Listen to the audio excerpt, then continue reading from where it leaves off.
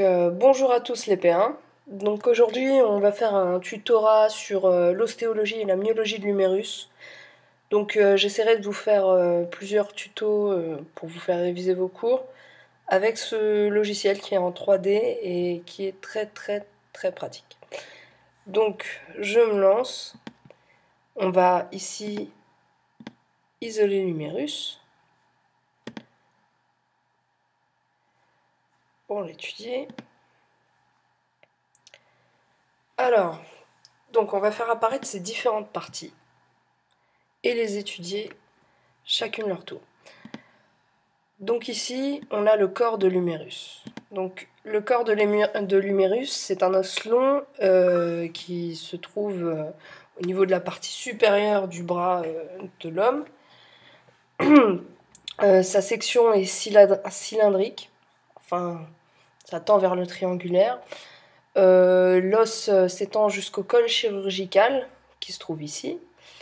Et il a une extrémité distale. Vous voyez ici les deux épicondyles, la trochlée et le capitulum sur lesquels on va parler tout de suite. Donc, ici, comme je vous l'ai dit, c'est l'extrémité distale de l'humérus.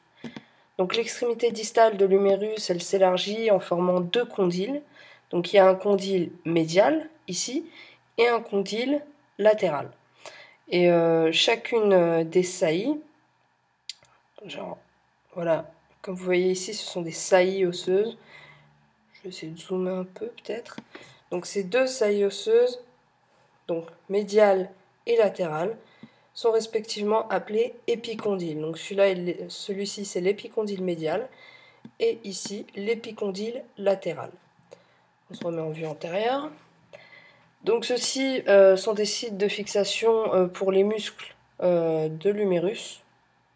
Donc voilà, et il contient deux facettes articulaires que l'on va étudier tout de suite. Donc la première là, c'est la trochlée. Donc la trochlée, vous pouvez l'observer, je zoome un peu. Vous voyez, la trochlée, c'est celle qu'on peut observer aussi derrière. Tandis que le capitulum, sur lequel on va parler, lui, on ne peut pas l'observer en vue postérieure. Donc, c'est la partie déprimée sur le condyle médial de l'humérus. Elle s'étend à partir de la fosse coronoïde. Donc la fosse coronoïde, c'est celle-ci. Et la fossette crânienne s'articule avec la cavité sigmoïde. Alors, retenez bien que lorsque je dirais cubitus, parce qu'en fait, j'ai fait la traduction de ce logiciel qui est en anglais, le cubitus, c'est désormais ce que l'on appelle l'ulna. Ok, il y a seulement le radius qui ne change pas, mais je dirais ulna. Donc voilà. En ce qui concerne le capitulum, le voici. Donc lui, il va aller s'articuler avec le radius. C'est la partie arrondie que l'on trouve au niveau du condyle latéral de l'humérus. Et elle va s'articuler, comme je vous l'ai dit, avec la tête du radius. On retourne en vue antérieure. Ici, on a ce que l'on appelle le col chirurgical de l'humérus. Donc, je tourne un peu pour que vous le voyez, voilà. Revue antérieure. Donc c'est la partie la plus étroite de la tige. Elle est accolée aux deux tubercules de l'humérus. Et c'est une partie très fragile, c'est-à-dire que elle va être soumise à de nombreuses fractures. C'est très fréquent d'avoir des fractures du col chirurgical de l'humérus. Et ça peut endommager le nerf axillaire et l'artère circonflexe postérieure.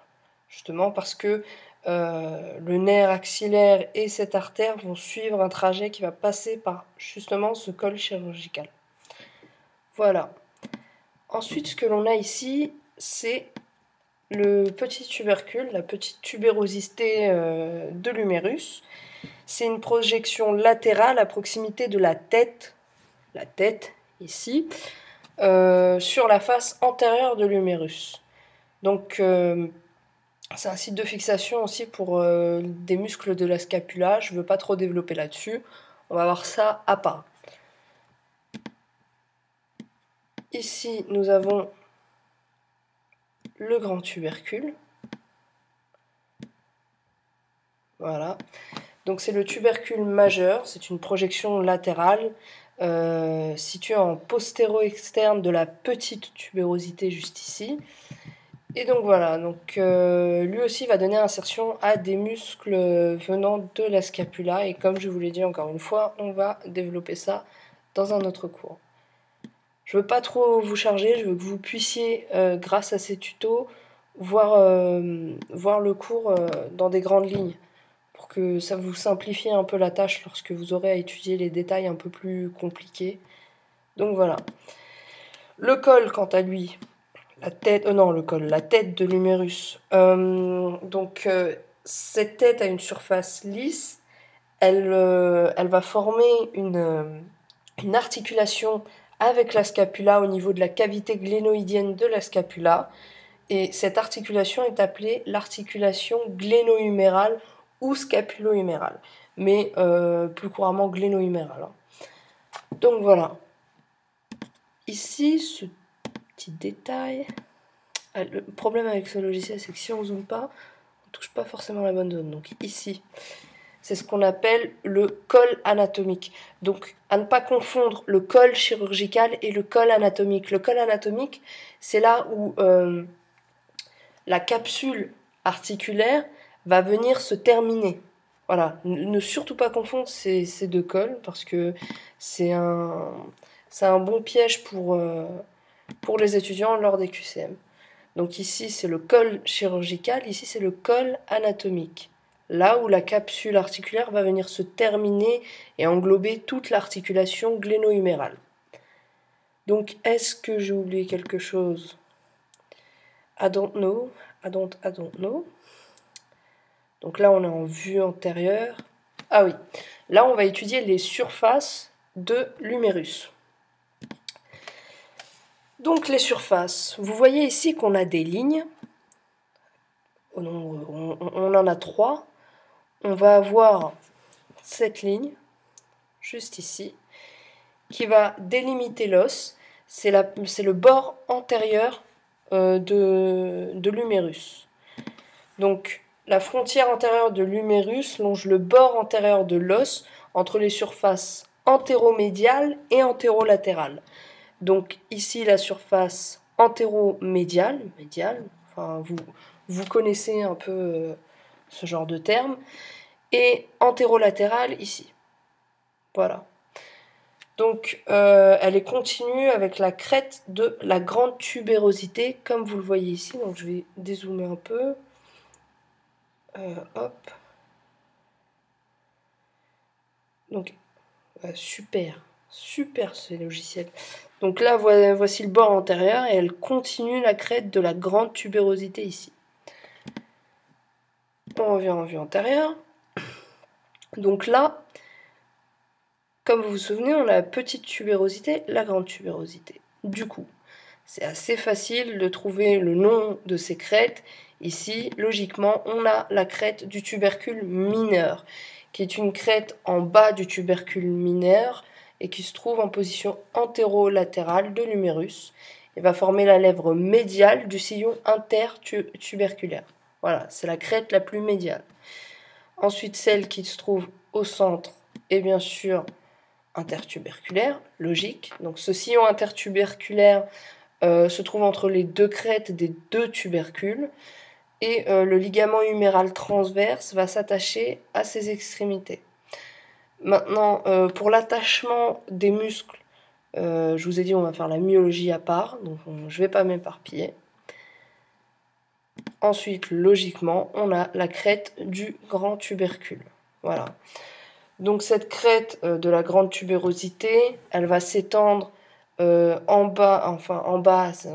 dessous de la grande tubérosité sur l'axe antéro-externe de l'humérus, donc antéro-latéral.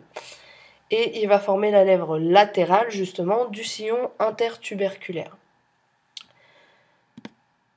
Voilà, donc juste en dessous, à ce niveau-là, super. Donc ici, c'est la surface articulaire pour la trochlée et le capitulum. On en a parlé, je vous ai dit avec qui s'articulait la trochlée, avec qui s'articulait le capitulum. Donc la trochlée avec l'ulna, le capitulum avec le radius. Donc ce que je veux développer, c'est juste au-dessus ces fosses. Ces fosses appelées fosses coronoïdes. Donc cette fosse coronoïde va venir accueillir la tubérosité ulnaire, en fait. Donc c'est une fosse profonde antérieure de l'humérus distal. Et elle va recevoir l'apophyse coronoïde, pas du cubitus, de l'ulna. Bon, c'est la même chose, mais bon, c'est l'ancienne dénomination. Donc, à titre d'exemple, je vais vous montrer une vidéo juste ici. On va prendre l'exemple de la flexion. Voilà. Donc, comme vous le voyez ici, on a l'ulna, voilà, qui a une tuberosité ici qu'on peut pas voir, qu'on peut pas très bien voir, mais qui va aller justement remplir ce sillon. Voilà. La fosse coronoïde. Et c'est pareil pour le radius, qui va aussi avoir ici une fosse, que je vais vous montrer tout de suite, la fosse radiale. Donc je vous remontre la vidéo, je ne peux pas zoomer, je suis désolée. Mais en gros, les tubérosités et de l'ulna et la tête du radius vont venir s'accoler à ces fosses. Voilà.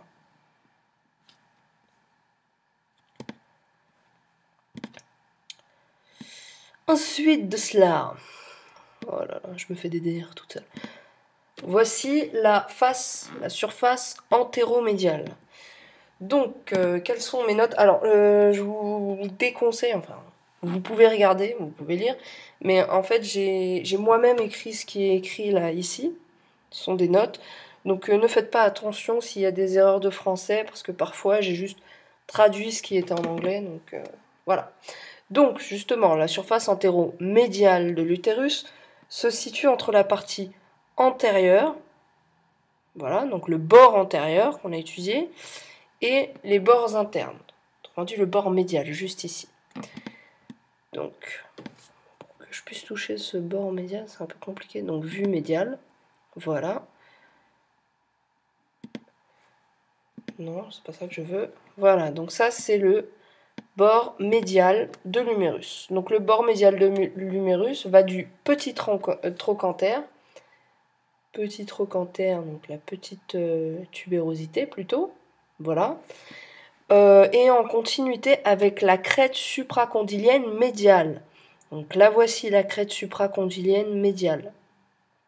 Parce que les condyles se trouvent, le condyle médial se trouve juste ici, c'est en continuité. Donc justement, on va cliquer sur cette crête. Donc, crête supracondylienne médiale. Elle est sur l'humérus, placée en distal, et elle fonctionne sur le bord interne de l'épitroclée. Donc maintenant, voilà en face postérieure. Très bien. Donc, comme vous l'avez compris, on a trois bords. Si vous avez un peu vu, on a ce bord antérieur ici, ce bord médial, et donc ce bord, logique, c'est le bord latéral. Donc ce qu'on va étudier ici en vue postérieure, ça va être cette surface, qui est la surface postérieure de l'humérus. Pour la dénomination, c'est assez facile, hein, c'est toujours de la logique. Donc la face postérieure de l'humérus, elle est délimitée par les frontières, comme je vous l'ai dit, des bords médial et latéral, le long de la face postérieure de l'os, en bleu ici. Il va fournir l'attache pour l'échelle latérale et médiale du triceps brachial. Donc ici, on a c'est là que va passer le nerf radial, donc c'est la rainure pour le nerf radial. C'est une dépression peu profonde qu'on trouve sur cette surface postérieure de l'humérus. Juste en dessous, ici, on a la fosse olécranienne. Donc l'olécrane, c'est une tubérosité que l'on trouve, ou plutôt, moi je dirais plutôt une excroissance que l'on trouve en face postérieure de l'ulna. et qui va venir lors de l'extension s'accoler à cette fosse. Donc c'est une dépression de forme triangulaire profond sur l'extrémité distale de l'humérus postérieur, supérieur à la trochlée, donc juste au-dessus de la trochlée que l'on voit en vue postérieure. Je rappelle que la trochlée, on peut l'avoir en vue postérieure, tandis que le capitulum, non. Donc, à titre d'exemple, je vais vous montrer justement une vidéo. Donc là, voici l'extension. Vous voyez, cette tubérosité, cette excroissance de l'ulna, ici. La face olécrânienne, enfin la fosse olécrânienne se trouve là, juste derrière. Et vous voyez que ça s'imbrique, comme des puzzles. Voilà. Alors, je sais pas si vous voyez, mais juste ici, en jaune, on a une marque. Voilà. Donc cette marque représente le passage pour le nerf ulnaire. Donc ce sillon pour le nerf, pas cubital, mais le nerf ulnaire, se trouve sur la partie postérieure de l'humérus distal de l'épitroclée. L'épitroclée, le condyle plutôt, le condyle médial. Je ne sais pas si vous arrivez à reconnaître, vu que là on est en vue postérieure. Donc ça c'est médial, et là c'est latéral. Donc voilà.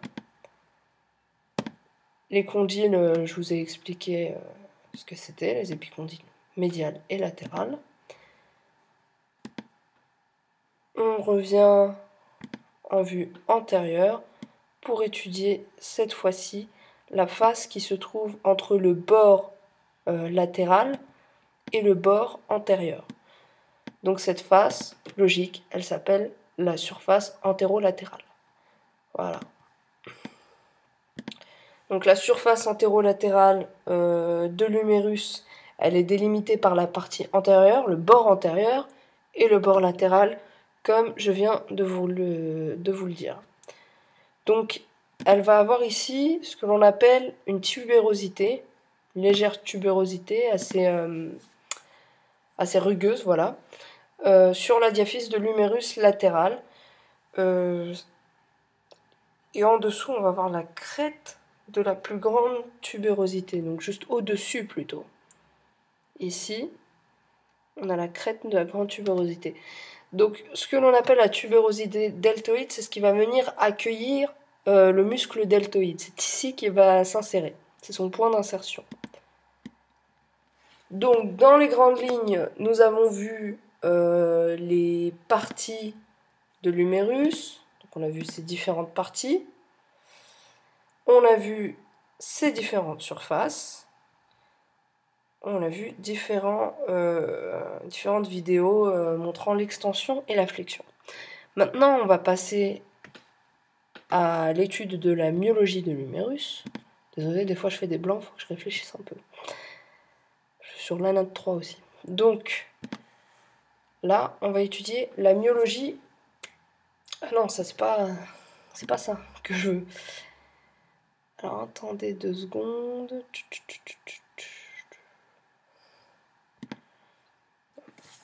Parfait, si c'est ça.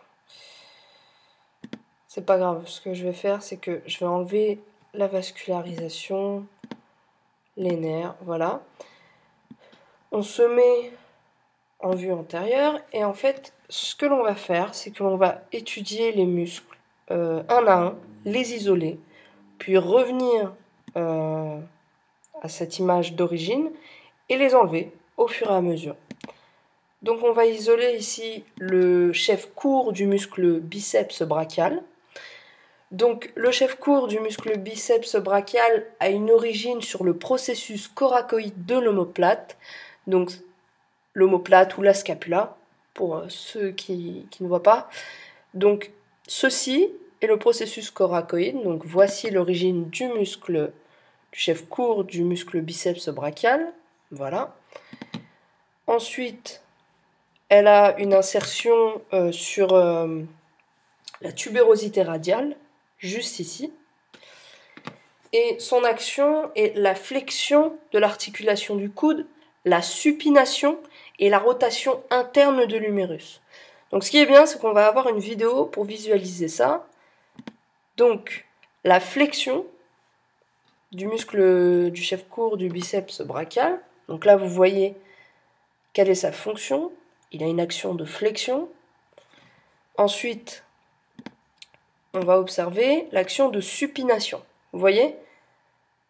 Il a aussi une fonction dans la supination du bras. On retourne à nos notes.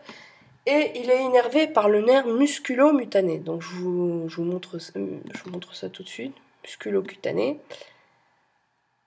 Donc voilà. Vous voyez le trajet. Maintenant j'enlève ça. Et il est alimenté par l'artère brachiale. Donc je vais vous la faire apparaître tout de suite. Voici l'artère brachiale qui vient alimenter le chef court du muscle biceps brachial. Donc là, on a vu, c'est bon, ce muscle dans ses grandes lignes. On peut repartir en arrière. Donc là, comme je vous l'ai dit, je vais l'enlever. Maintenant, on va passer au chef long du muscle biceps brachial. Donc le chef long du muscle biceps brachial, lui, il va avoir une origine sur le tubercule supraglénoïdal de la scapula. Donc, où se trouve le tubercule supraglénoïdal de la scapula? Il est juste derrière, vous voyez, le processus coracoïde. Donc, on va y aller tout de suite. Donc voilà, voici l'origine du chef long du muscle biceps brachial. Maintenant, voyons voir où se trouve son insertion sur la tubérosité radiale. Donc on va le faire réapparaître. Voilà. Et il a lui aussi une action, comme son chef court, de flexion de l'articulation du coude, de supination et de rotation interne de l'humérus. Pour ça, encore une fois, je vais vous montrer la vidéo. Voici en quoi il agit lors de la flexion. On le voit avec son chef court. Et lors de la supination, comme tout à l'heure. Voilà. Il faut que vous reteniez chaque action de ces muscles. Il peut y avoir des QCM dessus. On repart en arrière. Ouh là là là, j'ai oublié de vous préciser l'innervation et l'artère qui l'irrigue. Donc concernant l'innervation, c'est encore une fois le nerf musculo-cutané que vous voyez ici, que l'on a vu tout à l'heure, qui innervait aussi le chef court du muscle biceps brachial. L'alimentation, pareil, l'artère brachiale. Voilà. Maintenant, on peut aller en arrière. Donc je vais l'enlever, lui aussi. Donc là, on est sur la face antérieure, antérolatérale et antéromédiale de l'humérus. On étudie les muscles dans un plan de plus en plus profond. Puis ensuite, on ira sur la face postérieure de l'humérus. Donc ici, qu'est-ce que l'on a? On a le muscle brachial. Donc on va l'isoler aussi. Ce muscle, lui, a une origine sur la surface antérieure distale de l'humérus. Je vous le fais apparaître. Voilà où se trouve l'origine de ce muscle. Et il va avoir une insertion sur le processus coronoïde de l'ulna. Donc, pas confondre les mots comme coracoïde, coronoïde, tout ça. Donc, ici, l'insertion, ici, l'origine. On va remettre ça comme tout à l'heure. Il a une action de flexion de l'articulation du coude. Il permet de fléchir l'avant-bras. Vous voyez, lorsqu'il se contracte, il devient plus court. Et du coup, par action mécanique, ça remonte l'avant-bras sur le bras. Voilà. Donc, je vous montre une vidéo tout de suite. Flexion du muscle brachial. Voilà. Son innervation est faite par, là aussi, le nerf musculo-cutané.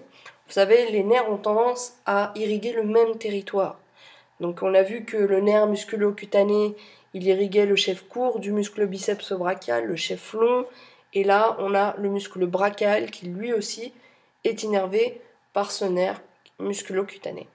L'alimentation artérielle, elle, se fait par deux artères différentes. L'artère brachiale, comme pour l'échef court et long du muscle biceps brachial. Et la différence, l'artère récurrente radiale. Donc, je vous fais apparaître ça. Ici, toujours l'artère brachiale que vous pouvez reconnaître. Et là, c'est l'artère radiale récurrente. Voilà. On repart en arrière. On enlève ce muscle. Alors. Désolé, des fois c'est un peu long. Alors, on va étudier le muscle coraco-brachial. Le muscle coraco-brachial, quant à lui, a lui aussi une origine sur le processus coracoïde. Qui d'autre avait une origine sur le processus coracoïde? Je vous le rappelle, c'est le muscle du chef court du muscle biceps brachial. Donc, l'origine, comme je viens de vous le dire, pour ce muscle, c'est le processus coracoïde. Donc, juste là, l'origine. Ensuite, son insertion se fait au niveau de l'humérus frontal, c'est-à-dire antérieur. Donc je vous montre ça tout de suite. Vous voyez? C'est au niveau de la face antéro-médiale. Voilà. Ensuite, son action, c'est la flexion, l'adduction et la rotation interne. Donc encore une fois, on a des vidéos pour vous l'expliquer. Voici l'adduction du bras par le muscle coraco-brachial. L'abduction. On recommence. Voilà. Donc là, je vais vous montrer aussi la flexion par le muscle coraco-brachial. Voilà. Retenez, essayez de retenir au fur et à mesure.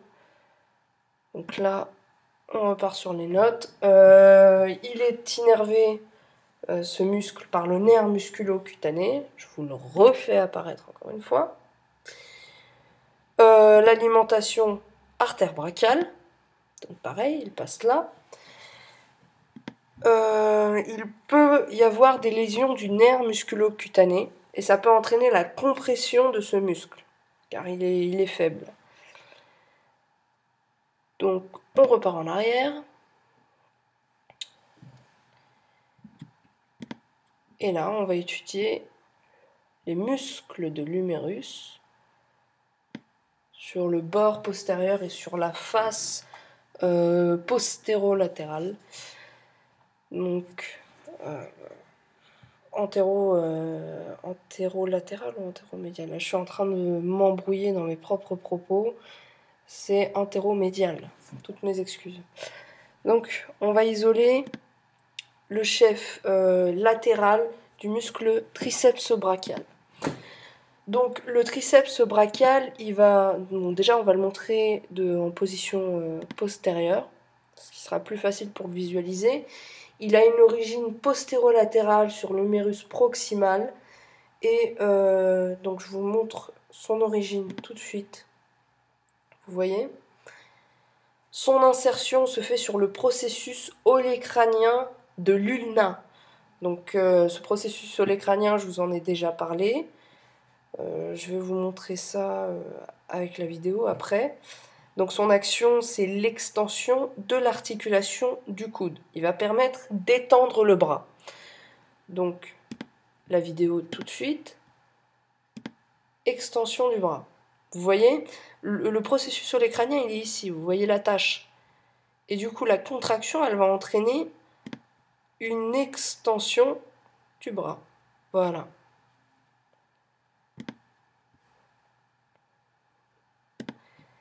L'innervation, elle, est faite par le nerf radial. Donc je vous fais apparaître ça tout de suite. Voilà. L'alimentation artérielle se fait par l'artère brachiale profonde,